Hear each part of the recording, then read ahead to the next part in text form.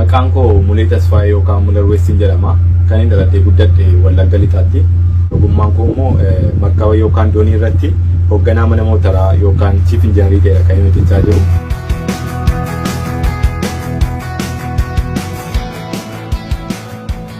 Dhaabbanni keenya yookaan meen kaampaaniin keenya kan inni argamu biyya Raashiyaa magaalaa Moskoottidha.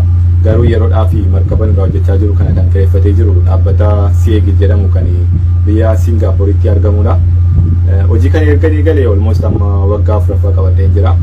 Hojii kana immoo kan hin seene maariin saayinsii baradhee eejentonni dhaabbata markabaa fi hojjettoota markabaa wal agarsiisan jiru. Kaffaltiin irraa eegamu komishinii isaaniif kaffaleen kan inni hojii kana keessa gale. Hojiin kun baay'ee disipiliinii barbaada.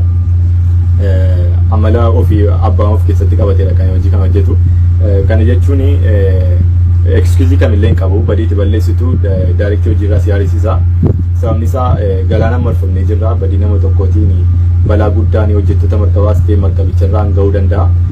Kanaaf yeroo hundumaa responsibility ta'uu qabda. Yeroo hundumaa active conscious ta'uu qabda hojii irratti. Naa hojii biraarraa kan adda isa godhu disipiliin isaadha jedhee yaada. Hojii kana irratti mudannoo adda addaan qaba. Isaan keessaa garuu kan na gaddisiisee fi kan keessa koo madeessee darbe hojii kana irratti jirudha kan haati koo boqottee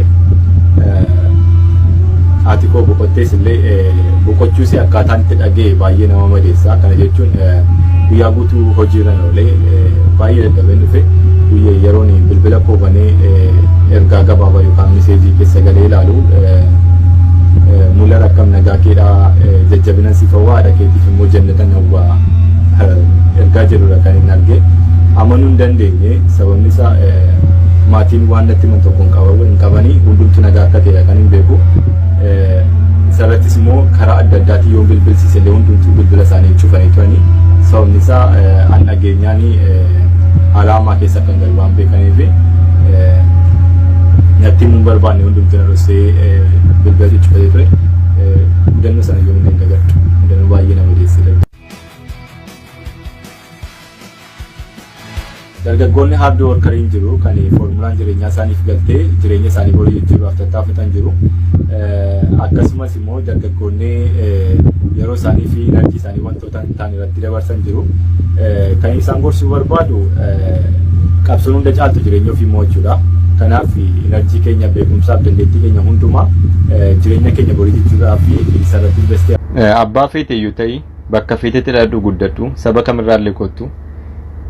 Social media irratti wal beekna ta'u qaamaa wal beekna ta'u hiriyaa koo taateennaani sin jaaladha sin kabajaa ilaalcha gaariin siif qaba wanta gaarii naaf ta'u hundumtu akkasiif ta'uun siif hawwaa garaan siif laafa guyyaatti gara laafummaa koo garuu akka gowwummaatti fudhatte guyyaatti gaarii siif yaaduu koo akka dadhabinaatti fudhatte itti fayyadamuuf yaalte akkasuma guyyaatti daangaa yookaan sarara diimaan siif kaa'ee irra ceete guyyaa sanaat ka'ee kabajan siif qabu jaalan siif qabu akkasumas ilaalcha gaariin siif qabu akka fooqii Sooriyaa fi Afgaanistaanii daakuu ta'a jechuudha.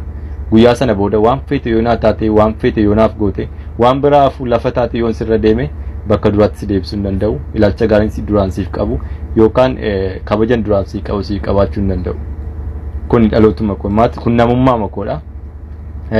Hammeenyi uumamaan dhiiga koo keessa jiru yeroodhaaf ciisa malee hin du'u.